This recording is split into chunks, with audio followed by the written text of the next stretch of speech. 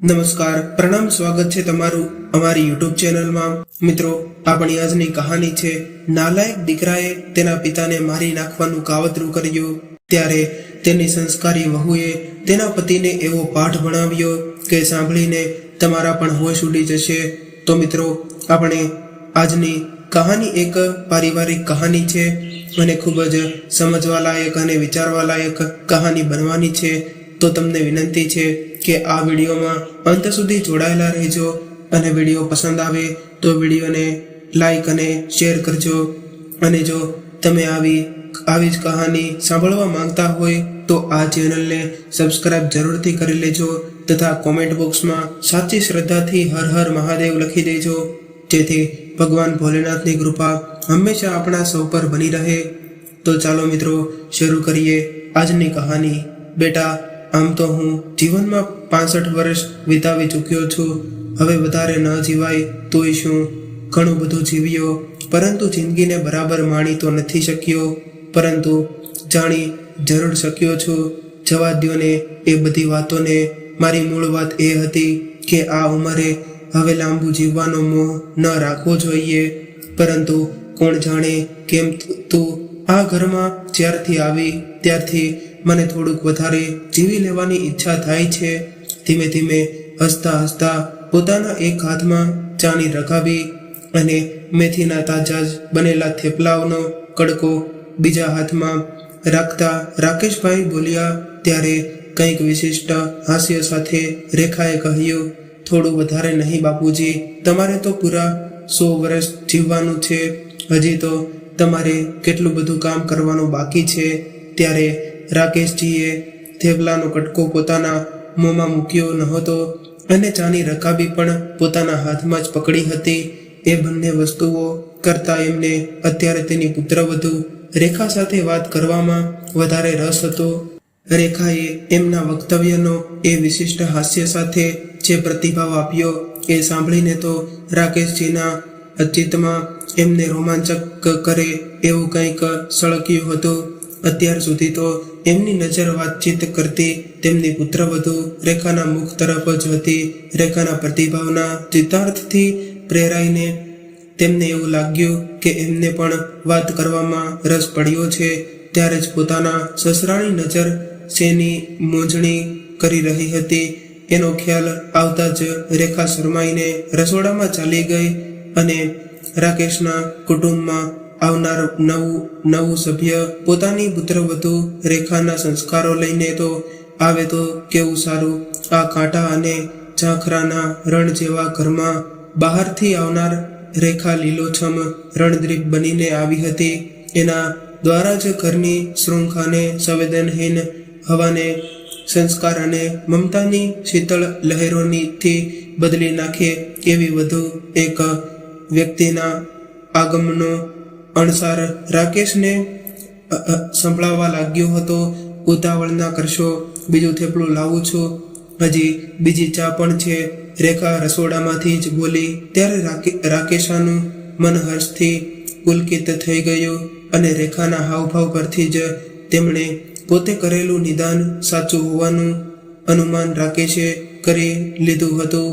રેખાને પુત્રવધુના રૂપમાં એ ઘરમાં આવ્યાને 3જું વર્ષ ચાલતું હતું। એ પહેલા તો આખી જિંદગી ઉપેક્ષા અને કઠણાઈઓને વેઠતા રાકેશે જીવન પ્રત્યેનો મોહ ગુમાવી દીધો હતો। જાદુ જીવવાની હવે તેમને જરાય અસંભા નહોતી અને વિદાય વેળા આવે એ પહેલા એમના એક દીકરાના લગ્નની જવાબદારી પતી જાય તો સારું, એટલી જ ચિંતા સાથે એમણે દિવસો પસાર કર્યા હતા। દીકરાનું લગ્ન થઈ જાય એ નિરાત અનુભવવા લાગ્યા હતા। કેવી નિરાત, સુખ શાંતિથી જીવવાની નારેના એ નિરાત તો મૃત્યુની પ્રતીક્ષાની હતી અને જલ્દી ઉપડી જવાની એમણે માનસિક તૈયારી પણ કરી લીધી હતી। એટલે જ તેમને કોઈ બીમારી આવી જાય તો પણ દવા કે ડૉક્ટરની પળો જળમાં એ પડવા નહોતા માંગતા। હવે દવા ડૉક્ટરની શું જરૂર છે? આ દુનિયા છોડીને જ્યાં જવું છે ત્યાં જવાના માર્ગમાં દવા અને ડૉક્ટરનો અવરોધ શા માટે? માંદગી તો મને રસ્તો દેખાડીને ઠેઠ પહોંચાડવામાં આવે છે। તેની મદદને તો મારે ઉત્સ્કૃત થઈને આવકારવી જોઈએ. રાકેશે આવું મનથી મક્કમ વલણ બનાવી લીધું હતું. કેવા કેવા અનુભવો કર્યા. તેથી જિંદગીમાં અનુભવોની હારમાળાનો તાજો જ અનુભવ જાણે તેમના નિર્ધારમાં વધુ બળ પૂરી પાડી ગયો હતો. બાપુજી, મને તમે મોટેથી ખાંસી ખાતા રહો છો, એ અમારી ઊંઘ બગાડો છો. ડૉક્ટરને ત્યાં જઈ આવતા હો તો એટલું નથી ચાલતું તમારાથી. બહાર જતા રાકેશે ટકોર કરી. રાકેશની ખાંસી ઉધરસ વધી ગઈ હતી અને દીકરા તરીકે માંદા બાપને ડૉક્ટર પાસે લઈ જવાની પોતાની ફરજ હોવી જોઈએ એવી નિસ્બત તો એ ટકોરમાં ક્યારેય અંશ પણ નહોતો દેખાતો. રેખાએ તેની નોંધ લીધી હતી અને રેખાને રાકેશજીનું આવું વર્તન બિલકુલ ગમ્યું ન હતું. પરંતુ એ કંઈ બોલે એ પહેલાં તો તેના પિતાની ઉધરસ પ્રત્યે પોતાની ચીડ દેખાવીને એ બહાર નીકળી ગયો હતો. હા ભાઈ, શું કરું? આવું તો હવે થવાનું જ છે ને. ઘડપણ છે, હવે જલ્દી અંત આવી જશે. પછી તમારે નિરાંતે ને આજનું રાતથી હું બહાર પરસાળમાં ખાટલો નાખી દઈશ, એટલે તમને અડચણ નહીં પડે. તમે બહારનું બંધ કરી દેજો.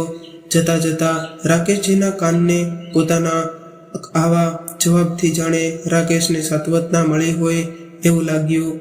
બાપુજી, તમારે પડસારમાં નથી સૂવાનું. ખુલ્લી પડસારમાં તો ઠંડી હવા લાગે છે એટલે તબિયત વધારે બગડે. તમે જ્યાં સૂવો છો ત્યાં ઘરમાં જ સૂવાનું રાખજો. એ તો કહ્યા કરે. એ પોતે તો ખાસતા ન કરો બોલાવે છે. એનું કંઈ નહીં. એના અવાજથી આપણી ઊંઘ નથી બગડતી. રાકેશ કરેલા ઉજરડા પણ જાણે મલમ લગાડતી હોય એવી લાગણીથી રેખા હસતા બોલી. રાકેશજીના પિતા પ્રત્યેના નિર્મળ વર્તનથી તેના સંવેદનશીલ મનને પણ પીડા થઈ હતી. આપણે સાંજે ડૉક્ટરને ત્યાં જઈ આવીશું ને તમારાથી ચલાય એવું ન હોય તો હું ડૉક્ટરને ઘરે બોલાવી લઈશ. ના બેટા, એવું કંઈ કરવું નથી. હવે આવું બધું તો ચાલ્યા જ કરવાનું છે. એમાં વળી દવાને ડૉક્ટરને એ ના, એવું નહીં ચાલે. તમારે જલ્દી સાજા થઈ જવાનું છે. તમે સાજા થઈ જાઓ એટલે આપણે સૌરાષ્ટ્રના પ્રવાસે જવાનું છે અને તમારે ગિરનાર પણ ચડવાનો છે. રમૂજીનો ભાવ ચાલુ રાખતા રેખાએ કહ્યું. તોય રેખા જબરી મશ્કરી કરે છે. જ્યારે હું સાચો નવરો હતો ત્યારે મારી ઘણી ઈચ્છા હતી, છતાં ગિરનાર ન જવાયું ને હવે તો ડેલીએ જવાનું તે જોર નથી રહ્યું. ત્યારે તું મને ગિરનાર ચડાવવાની વાત કરે છે. હા, તમને ગિરનાર પર ચડાવવાના છે અને બીજે બધે પણ લઈ જવાના છે. બધી જાત્રાઓ પૂરી કરવાની છે. તમારાથી ચલાય નહીં એ તો હું જાણું છું, પરંતુ તબિયત સારી હોય તો કાવડમાં બેસીને તો જવાય ને. રેખાની રમૂજ પર રાકેશ ખાંસતા મોટેથી હસી પડ્યા અને બોલ્યા, કાવડમાં કોણ ઉચકશે કાવડ? તું ને તારા પતિદેવ. રાકેશ તો પાણીનો પ્યાલો આપે એવો નથી, એ કાવડ ઉચકશે. પિતાજી, તમે જુઓ તો ખરા, એ ઠેકાણે આવી જશે. એમને ક્યારેય તો કડપણ આવવાનું જ છે ને, એવું કોણ સમજે છે? રેખા દીકરી, એવી અક્કલ જો વહેલાસર આવતી હોય તો મા બાપની ઉપેક્ષાના કેટલાય કરુણ કિસ્સા છાશવારે પેપરમાં આવે છે. એ ન આવતાને રાકેશ નિશાસો નાખતા હોય એમ બોલ્યા. બાપુજી, તમે ધીરજ રાખો, બધું બરાબર ને થઈ જશે. હું છું ત્યાં સુધી તમારે કંઈ ચિંતા કરવાની જરૂર નથી. રેખાના કથનમાં દેખાતી દૃઢતા અને પ્રતિબદ્ધતા જોઈને રાકેશજી દંગ રહી ગયા અને આશ્ચર્ય ભાવ સાથે રેખાના મુખ સામે તાકી રહ્યા હતા અને તેમની નજરમાં ફક્ત પ્રશંસા જ નહીં, એક પ્રકારની લાક્ષણિક ભાવ પણ હતો અને પુત્રવધુના રૂપમાં તેમના ઘરમાં સ્ત્રી નહીં પણ જાણે સાક્ષાત દેવી આવી હતી. રાકેશ મનોમનને વંદન કરી રહ્યા હતા. રેખા લગ્ન કરીને આવ્યાના 6 મહિનામાં જ રાકેશજીને આવા સુખદ અનુભવો થવા લાગેલા કે તેમના જીવનના આટલા લાંબા પટ ઉપર તેમણે જે અનુભવેલું એ કરતાં સાવ અલગ એવા અનુભવોથી ક્યારેય એમને એવું લાગતું કે પોતે સ્વપ્નલોકમાં તો નથી ને આવી ચડ્યા ને, કારણ કે એ નાના હતા ત્યારથી આવા આત્મીયતા ભર્યા માધુર્યનો ભાવે જ અનુભવ કર્યો હતો. રેખાના વર્તનમાં કૌટુંબિક વ્યવહારનું માત્ર ઔપચારિક ફરજબાજ નથી, પણ એના અંતંગ સુદ્રગ્યનો સ્પર્શ જ વધારે છે.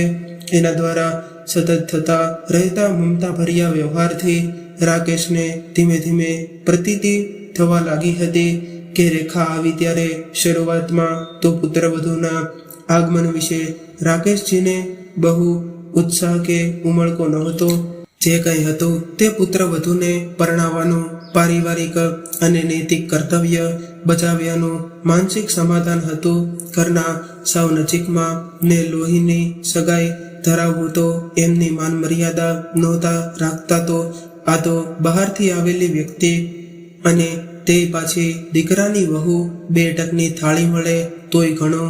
શરૂમાં તો શિવલાલનું આવું અવિશ્વાસ ભર્યું, દૂધના દાચેલા જેવું અને સાવચેતી ભર્યું વલણ હતું. પુત્રવધુઓ એટલે દીકરાને એના મા બાપ પાસેથી છીનવી લેનારી બહારથી આવેલી લૂંટાણીઓ એવું મંદિરના બાકડે સાથે બેસતા એના મિત્ર મંગળાભાઈએ જણાવેલું. રાકેશજીના પિતાશ્રી દુર્વાસાના અવતાર હતા અને કુંભાર ટીપીને માટલું ઘડતો હોય એમે ધોલ ઠપકાડીને રાકેશની ખબર લેતા હતા. અને માં જોકે સ્વભાવે ગરીબડી હતી, પણ જહાલ સ્વામી સામે તે અસહાય હતી. પતિને માન્ય ન હોય એવું કંઈ કરવાનું સાહસ એમનામાં નહોતું. એને રાકેશની માયા હતી, પણ ક્રોધી અને વૃક્ષ પતિના ગ્રંથિ એ ઘણું ખરું અવ્યક્ત જ રહેતી. એ ગુજરી ગઈ ત્યારે રાકેશ 14 વર્ષના હતા. હાઈસ્કૂલનું શિક્ષણ પૂરું કરી એ પહેલા એમના પિતા પણ મૃત્યુ પામ્યા. પછી ભણતર મૂકીને એમને શાંતિલાલ શેઠની પેઢીમાં એમણે સામાન્ય નોકરી કરવા માંડી અને નવરાશ મળે ત્યારે શિખાઉ તરીકે જામિયત રામની સાથે કર્મકાંડની વિધિઓમાં પણ જતા. અને આમ સરળ સ્વભાવના ને ખંતીલા હોવાથી તેમને બધે સારો આવકાર મળતો. એમનું ગાડું ગબડતું રહેતું અને લગ્નની ઉંમર થતાં તેમની મમ્મીની ભલામણથી તેમના લગ્ન પણ થઈ ગયા. આમ તો એમની પત્ની પણ સામાન્ય પરિવારમાંથી જ આવી હતી, છતાં તેમની ગુરુતાર ગ્રંથિ મોટા લોકોની કન્યાને પણ ટપી જાય એવી હતી. અને અહંકારીને નખટ માયાવતીને સિદ્ધાદારા અને રાકેશ નમાલા જેવા લાગતા. અને એની અપેક્ષાઓ સામે રાકેશનો પન્નો તૂટી પડતો. એટલે તક મળે કે તરત જ તેને ઘણું ખરું સંભળાવી દે. સામાન્ય બાબતમાં પણ તક ઊભી કરીને તે રાકેશને પરેશાન કરવાનું ચૂકતી નહીં.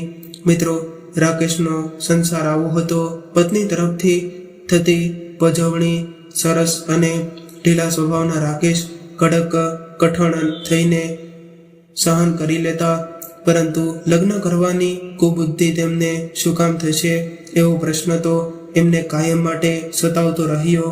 માયાવતીને તો વાંજિયા મહેણનું ટાળવું પૂરતી જ રાકેશની ગરજ હોય એમ ઘરમાં રાકેશનું ઘોડિયું બંધાતાની સાથે જ માયાવતીની માયા જાણે પરાકાષ્ઠાએ પહોંચી ગઈ હતી. હવે તો રાકેશ તેને સાવ તુચ્છ લાગવા માંડ્યા હતા. મિત્રો, રાકેશજીનું નસીબ તો જુઓ. તેમનો દીકરો રમેશ પણ તેમની મા પર ગયો હતો ત્યારે તો કશાય મોજ શોખ વગરનો અને ગધા મજૂરી વાળું જીવન જીવીને રાકેશજીએ ઉછેરવાની જવાબદારી નિભાવી. પરંતુ બાપ દીકરા વચ્ચેનો સંબંધ એકમાર્ગી વાહન વ્યવહાર જેવો જ રહ્યો.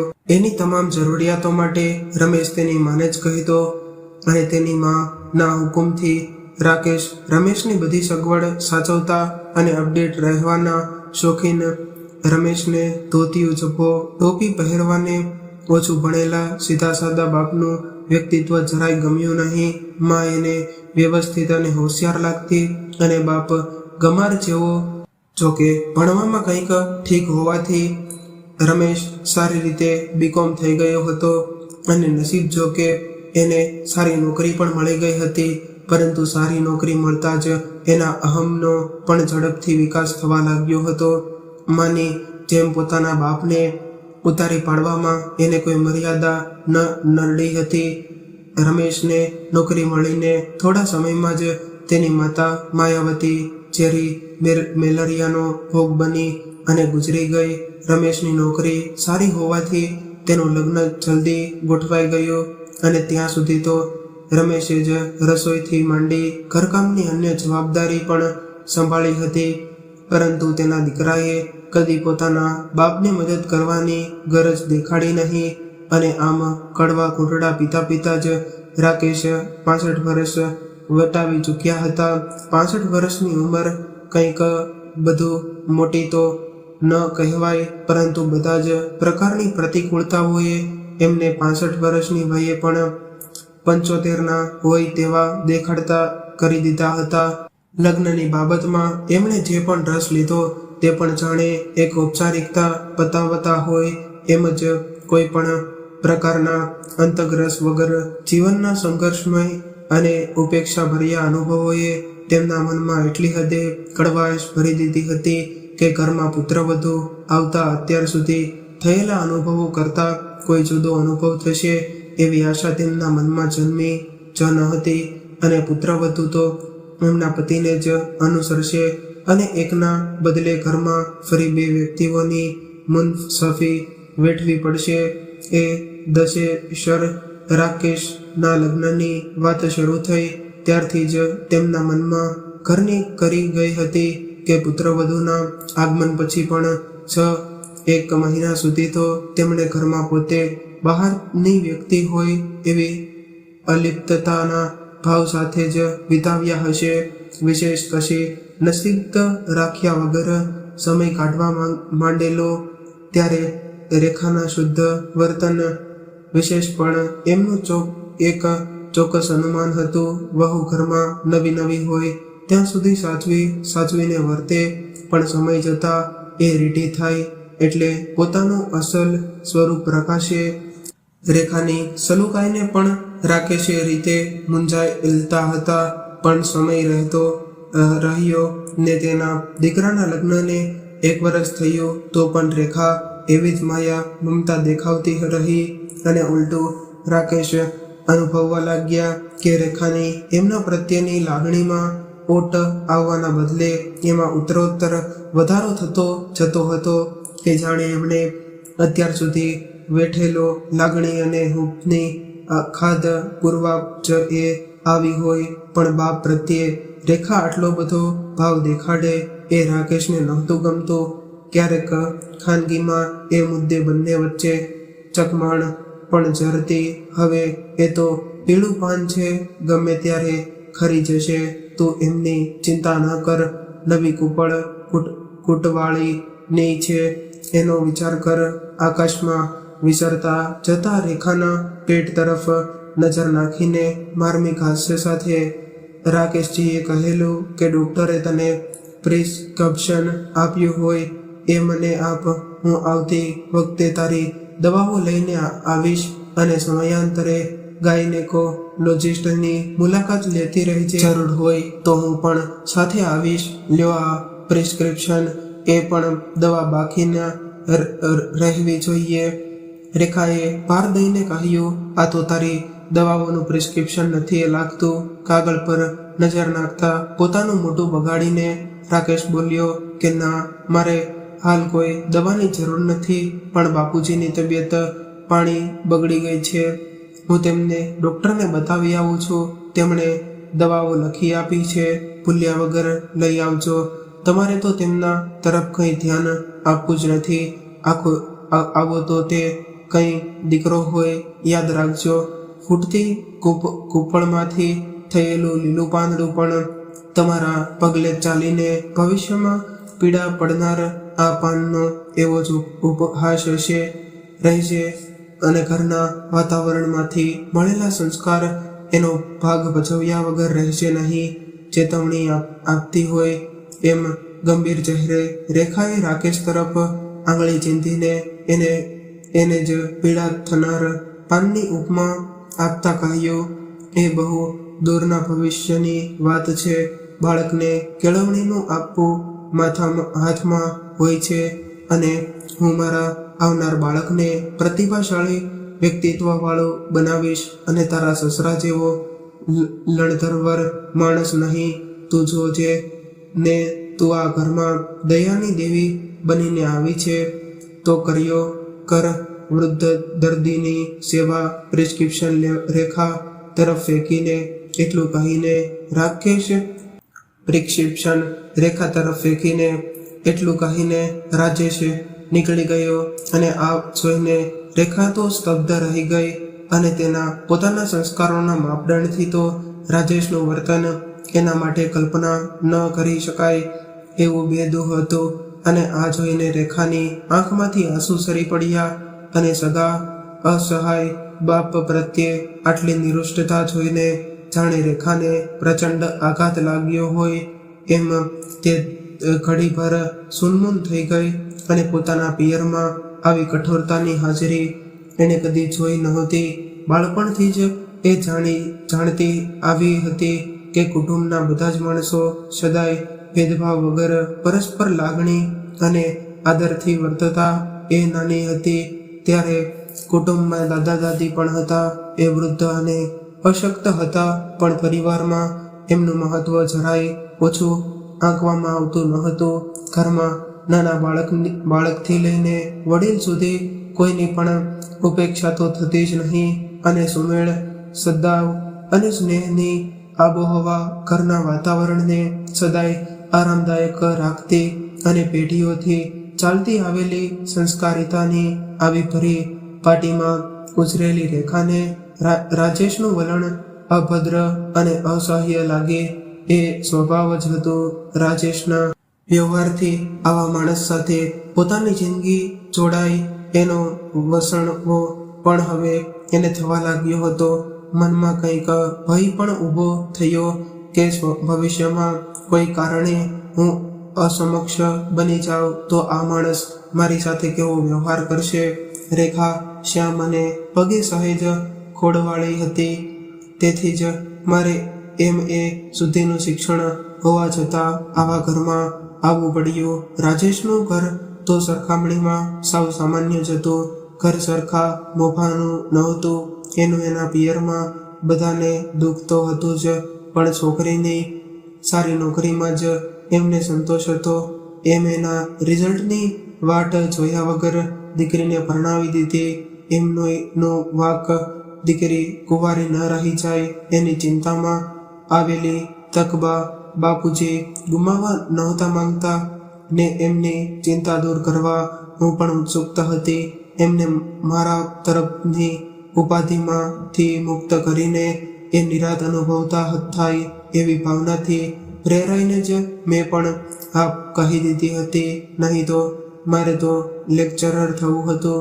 BAમાં તો સારી ટકાવારી સાથે ફર્સ્ટ ક્લાસ થઈ ગઈ હતી ને MAમાં પણ એવું જ સારું પરિણામ આવવાની ખાતરી હતી.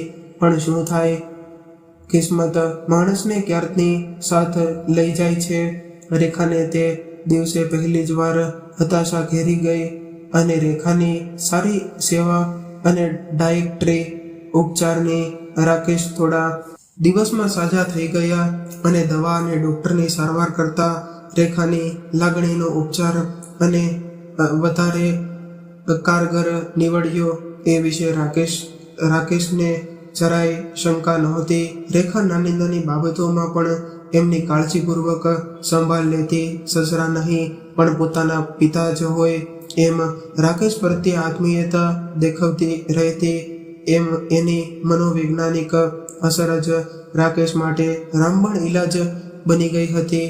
નહીં તો જીવવાની ઈચ્છા ગુમાવી બેઠેલા અને નિષ્કૃષ્ટ પુત્રના આશ્ચર્ય પડેલા રાકેશ રેખા ના હોત તો માંગીને જ સ્વજન ગણીને એની સાથે જ ચાલી નીકળ્યા હોત. બાપુજી, હવે આપણે પ્રવાસની તૈયારી કરીએ. મને પણ થોડું ફરી આવવાનું મન થયું છે. હમણાં જવાનું એવું છે, પછી નહીં નીકળાય. રાકેશ સજા થયા પછી એક દિવસ એમની સાથે હિંચકા પર સાથે બેસતા રેખાએ શરમાતા સૂચન કર્યું. ત્યારે રાકેશ હસ્યા એટલે રેખા તરત જ બોલી, હમણાં તમારી તબિયત સારી છે ને? હવામાન પણ અનુકૂળ છે, માટે કહું છું, તમે શું સમજ્યો એવું કહીને રાકેશ ફરી હસ્યા ને તરત જ મુખ પર ગંભીરતા લાવીને બોલ્યા, તમે બે જઈ આવો ને, વચમાં મારા જેવા ઘરડા માણસની શું જરૂર છે? હું અહીં આરામ કરીશ. પડોશી સારા છે, એ મારું ધ્યાન રાખશે. તમારે મારી કઈ ચિંતા કરવાની જરૂર નથી. પિતાજી, એવું ના બોલો. તમને લઈને જ જવાનું છે, નહીં તો મારે નથી જવાનું. લાડમાં છણકો કરતા રેખા બોલી, સારું ભલે, ચાલો જઈએ. બાકી મારે વળી આ ઉંમરે ને તું સમજતી નથી બેટા. રાજેશને તમારી સાથે મારી હાજરી નહીં ગમે. કંઈક અસ્વસ્થતાના ભાવ સાથે રાકેશે પોતાનો નિખાલસ પ્રતિભાવ આપ્યો.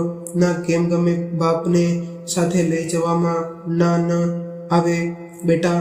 આજ સુધી તો એવું જ બધું આવ્યું છે ને કે મને બાપ તરીકે ઓળખવામાં પણ એને શરમ આવે છે. ક્યારેક એણે મારી પાસે ઊભા રહીને બેસીને સરખી રીતે કોઈ વાત કરી છે? ગામડિયા જેવા દેખાતા બાપને પ્રવાસમાં સાથે લેવાની વાત જ એને વીજળીનો કરંટ લાગ્યા જેવી લાગશે. જોકે એ શું કહેશે છે કે ના પાડશે તો બીજો કોઈ રસ્તો કાઢીશું, પણ તમને મારે પ્રવાસ તો કરાવવાનો જ છે. રેખાના સ્વરમાં દૃઢતા જોઈને રાકેશને આમ તો ઘણા આનંદ થયો, પણ સાથે એટલી જ બેચેની પણ થઈ. પોતાના કારણે પતિ પત્ની વચ્ચે તિરાડ પડે એવું એ નહોતા ઈચ્છતા. રેખા પ્રત્યે એમના મનમાં બાપને દીકરી વચ્ચે હોય એવી મમતા જન્મી ચૂકી હતી. તેથી જ બાપ જેમ દીકરીના સુખનો વિચાર કરે એમ રાકેશ પણ હવે તેમના રેખાના સુખને પણ મહત્વ આપતા હતા. રેખા રાજેશની મરજી વિરુદ્ધ જઈને એમના તરફ વધારે ધ્યાન આપતી અને એનાથી પણ એ ચિંતિત રહેતા. રાજેશ એવો મિથ્યાભિમાની દીકરો એવા જ કોઈ મુદ્દે રેખા સાથે ઝઘડી પડે એવો ઉચાટ એમને રહેતો અને એ અવારનવાર રેખાને કહેતા પણ ખરા કે તું રાજેશનું ધ્યાન રાખ. તમારી સાથે જિંદગી જીવવાની છે.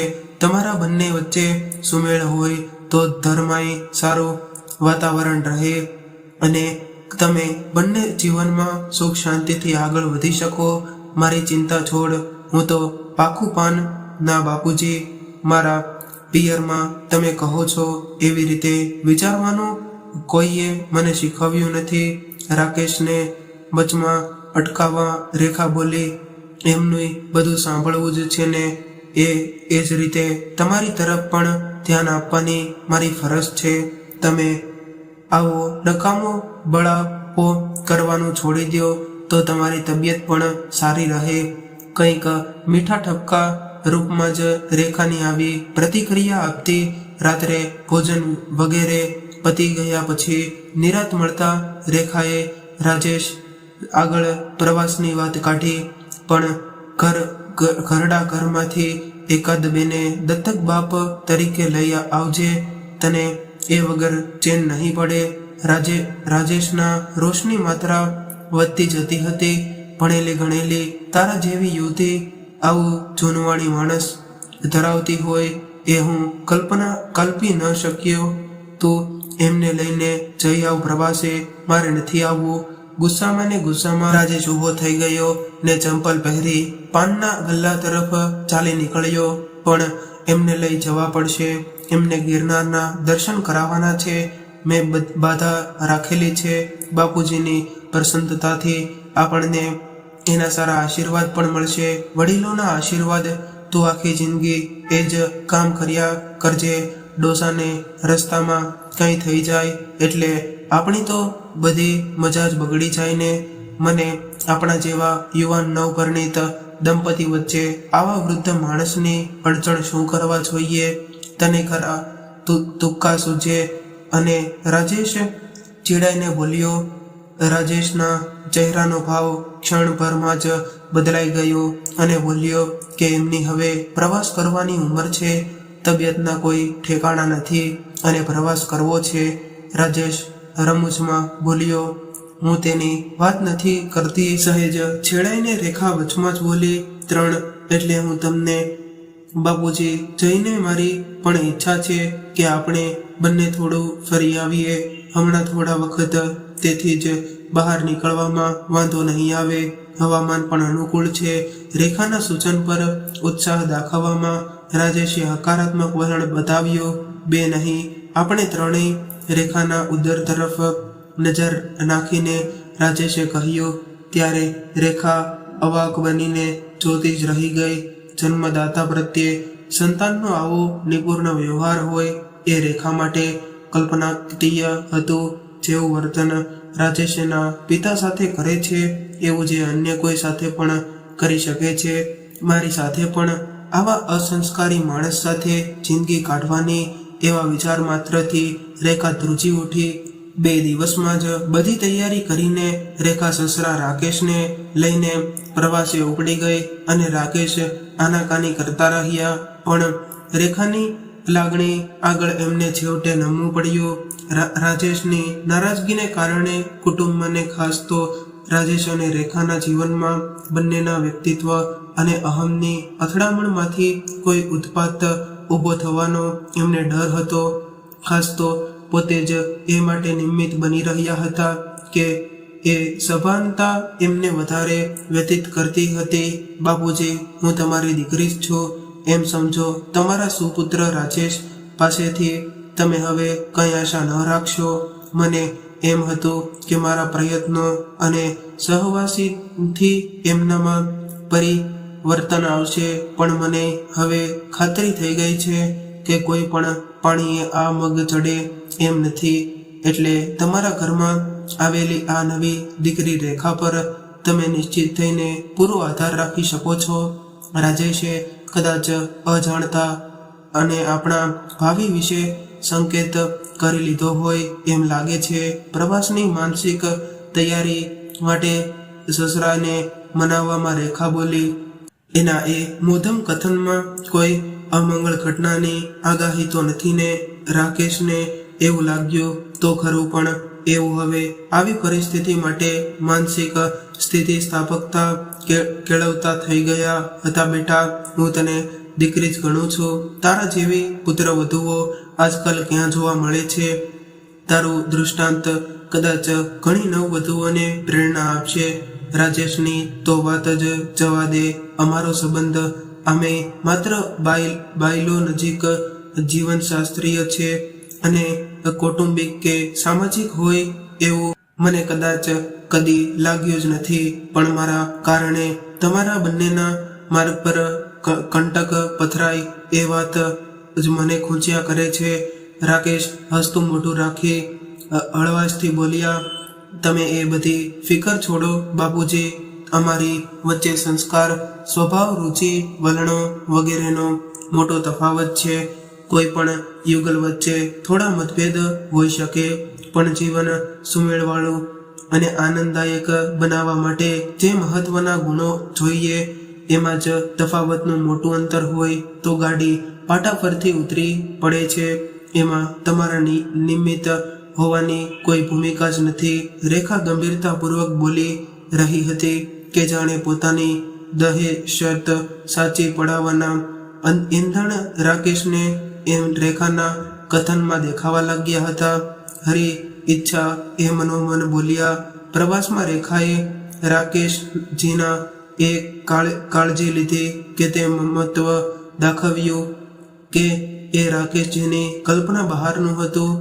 જોડીમાં બેસાડીને એમને ગિરનાર દર્શન પણ કરાવ્યા. એમને જરાય તકલીફ ન પડે એ બાબતે એ ચોક્કસ અને સતર્ક રહેતી અને આખી જિંદગીની તત્પરતાનો રેખાના રૂપમાં જાણે એમને વરદાન મળ્યું હોય એવી પ્રતીતિ રાકેશજીને થવા લાગી હતી.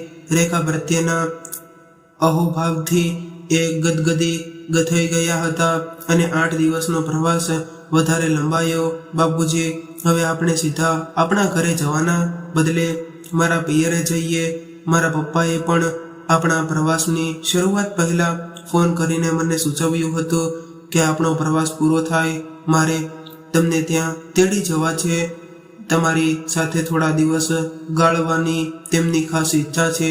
રેખાએ પ્રવાસના છેલ્લા દિવસે સસરાને કહ્યું, ભલે જેવી તારી ઈચ્છા, હું તો તારા કારણે આટલો પ્રવાસ કરીને પૂરેપૂરો તૃપ્ત થઈ ગયો છું. જિંદગીના અંતિમ ચરણે મારા જેવાને આવું સુખ ભોગવવું મળશે એવું તો મેં કદી ધાર્યું જ નહોતું. તે તો જાણે મારી સરી જિંદગીનો દોર જ તારા હાથમાં લઈ લીધો છે. ઈશ્વર તો માત્ર સાક્ષી બનીને દૂરથી જોતા હશે. કૃતજ્ઞતાના ભાવ સાથે રાકેશ બોલ્યા કે હું તો દીકરીના પરિવર્તિત થયેલી પુત્રવધૂને પામીને ધન્ય થઈ ગયો. મૃત્યુ જ્યારે આવે ત્યારે ખરું, પણ મારી અમી છાયામાં મારું મૃત્યુ પણ સુખદ હશે એ વિશે હવે મને જરાય શંકા નથી. ભાવાવેશથી ભીની થયેલી આંખો લૂછતા રાકેશજી બોલ્યા, એક સૂચન કરો દીકરી, છાપામાં મારી મરણ નોંધ છપાવે તો દુઃખદ અવસાન નહીં પણ સુખદ અવસાન એવું જાહેરાતમાં મથાળું લખાવજે. રાકેશની રમૂજ પર બંને એક સાથે જ મોટેથી હસી પડ્યા. રાકેશજીની મરણાસન્ન થયેલી વિનોદ વૃત્તિ પુનર્જીવિત પામી રહી હતી અને એ જોઈને રેખાને આનંદ થયો. પોતાની માવજતની સાર્થકતાનો એ સંતોષ હતો અને રાકેશ વેવાણને મળીને ખુશ થઈ ગયા. માયાવતી અને રાજેશ દ્વારા થતી રહેલી ઉપેક્ષાની રાકેશમાં એક પ્રકારની લઘુતા ગ્રંથિ બંધાઈ રહી હતી અને એ કારણે એ ઘણો સંકોચ અને ક્ષોભ અનુભવતા હતા. પરંતુ રેખાના પિયરમાં એમને જે નિખાલસતા, સહૃદયતા અને સરળતા અને સહજ વ્યવહાર જોવા મળ્યા એનાથી એમનામાં પણ જાણે નવો આત્મવિશ્વાસ પ્રગટવા લાગ્યો અને રાકેશ ધીમે ધીમે મોકળાશ અનુભવવા લાગ્યા હતા. પ્રવાસ પૂરો થવાનો હતો એ દિવસે રેખાને રાકેશ ઘરે પાછા કર્યા નહીં. એટલે બીજા દિવસે રાજેશે ફોન કર્યો. શું થયું? છતાં તો શુકન સારા થયા હશે. વળતા અપશુકન નડ્યા કે શું? ક્યાં અટવાઈ પડ્યા છો? પરણીને આવી ત્યારે સાંસારિક જીવનનું સુખ માણવા ઉપરાંત એક આદર્શ ગૃહિણી બનવાના પણ રેખાને કોડ હતા. એ સુશિક્ષિત અને પૂર્ણિત તો હતી જ ને બધે આવકાર મળે એવી સર્વપ્રેમ તાલીમ તો એણે પિયરમાંથી જ મળી હતી. એના લક્ષ્ય પ્રમાણે વર્ણવાનું એણે સાસરીમાં આવતા જ શરૂ કરી દીધો હતો અને પત્ની તરીકે રાજેશની બધી જ સગવડો સાચવતી અને રાજેશને એ બાબતે નિરાંત થઈ ગઈ હતી. રાજેશ તૂળ મિજાજી હોવા છતાં રેખા કોનેથી એને સાચવી લેતી અને અસંતોષ માટે ભાગ્યે જ કોઈ કારણ આપતી.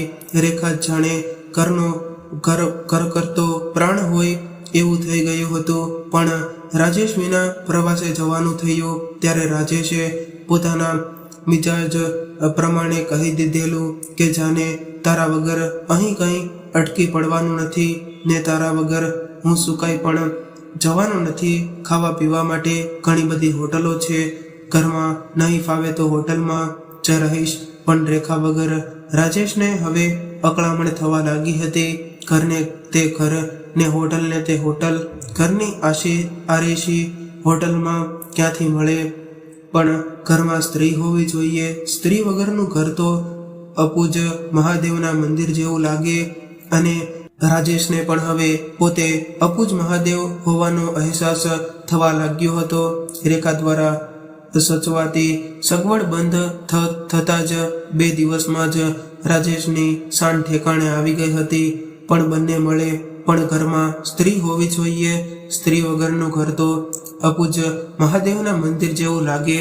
રાજેશને પણ હવે પોતે અપૂજ મહાદેવ હોવાનો અહેસાસ થવા લાગ્યો હતો. રેખા દ્વારા સચવાતી સગવડ બંધ થતાં 2 દિવસમાં જ રાજેશની શાન ઠેકાણે આવી ગઈ હતી. પણ બંને પાસે મોબાઈલ ફોન હોવા છતાં રાજેશે એકે વાર ફોન નહોતો કર્યો. અહંકારને નમવા દે તો નહોતો અને રેખા પણ સ્વામીની હતી એટલે રાજેશની પહેલના અભાવમાં એના ફોને પણ મૌન જાળવેલું. પણ નક્કી કર્યા પ્રમાણે રેખા પાછી ન ફરતા રાજેશમાં રહેલો પતિ વિફોર્યો પતિ તરીકે ના પોતાના સર્વસ્વનું ભાન કરવા એણે રેખાને ફોન કર્યો. નારે પાછા વળતા વધારે સારા શુકન થયા. તેથી અને બંને મારા પિયરમાં આવી ગયા. અમે અહીં મજા કરીએ છીએ ને તમે પણ ત્યાં કોઈ સારી હોટલમાં જલસા કરતા હશો ને. રેખા ત્યારે કટાક્ષમાં આવું બોલી. મારી ગેરહાજરી ચાલતી નહીં જ હોય. જો રેખા, હું તને કહી દઉં છું કે મારી સાથે સીધી વાત કર. રાજેશ ગરમ થઈને બોલ્યો.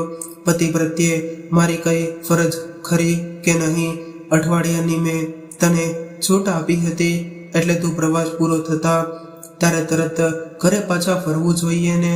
મને પૂછ્યા વગર બારોબાર તારે ત્યાં જવાની શું જરૂર હતી? તારું આવું બેદરકાર વર્તન મને જરાય પરવડે તેમ નથી સમજી. બેજવાબદાર વર્તન. તારા પિતાશ્રી પ્રત્યે તારી જે ફરજ હોવી જોઈએ એ મેં મારા માથે લઈ લીધી. એ બેજવાબદાર વર્તન. રેખાના સ્વરમાં પણ થોડી રોશની અછાંટ આવી ગઈ. એ બધું ડહાપણ મારી સામે રહેવા દે. તું આજે ઘરે આવી જા. રાજેશે પતિ તરીકેના હુકુમના એકાનો ઉપયોગ કરતા રેખાને કહ્યું. અને ન આવવું હોય તો? રાજેશે એ અધૂરા વાક્યમાં ગંભીરત ધમકી આપી દીધી કે તો જો રાજેશ, હું પત્ની તરીકેની મારી બધી ફરજ યોગ્ય તરીકે બજાવતી રહું છું, પરંતુ તારે પત્ની એટલે દાસી એવું માનવાની બિલકુલ જરૂર નથી. હું પણ લગ્ન સંબંધમાં એક સરખા દરજ્જાની વ્યક્તિ છું. મારે પણ પોતાની મુનસફરી અને સ્વમાન હોય છે. હું અહીં આવી છું તો થોડા દિવસ રહીશ. બાપુજીને પણ સ્થળ ફેરવીને ને સમો વડિયા વેવાયના સાનિધ્યની સારું લાગે છે અને અહીંયા તેમની તબિયત વધારે સારી રહે છે. એટલે 2-5 દિવસે અને અમે આવી જઈશું. એ નહીં ચાલે. એમ હોય તો હું ત્યાં જ રહી જા. અને પતિ કરતા સસરાની સગવડ અગવડની વધારે ચિંતા છે. તું વૃદ્ધાશ્રમ ખોલીને ત્યાં જ રહે. 3 સભ્યો તો ઘરના છે અને બીજા પણ શોધી લાવજે તારા માટે. એ જ ઠીક છે. હું મારો વિકલ્પ શોધી લઈશ. તોરમાં મોટા અવાજે રાજેશ બોલતો હતો અને તથાસ્તુ સામેથી એક જ શબ્દ સંભળાયો ને ફોન કપાઈ ગયો. જે કંઈ થયું એનું રાકેશને હવે જરાય દુઃખ નથી.